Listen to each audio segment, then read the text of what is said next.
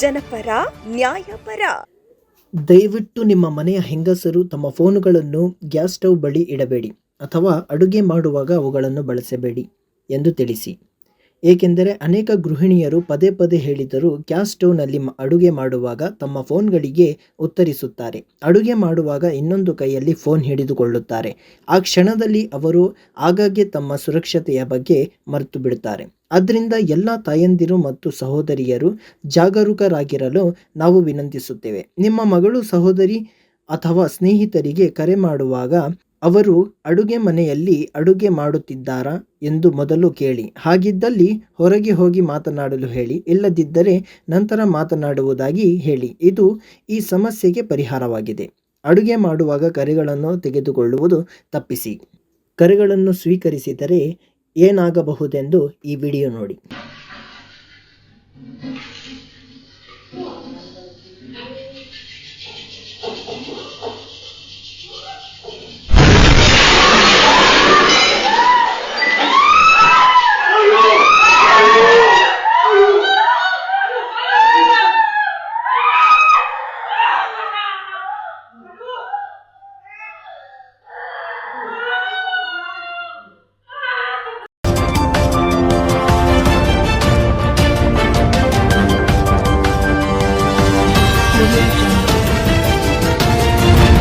Tumakuru first crime news, ಜನಪರ ನ್ಯಾಯಪರ.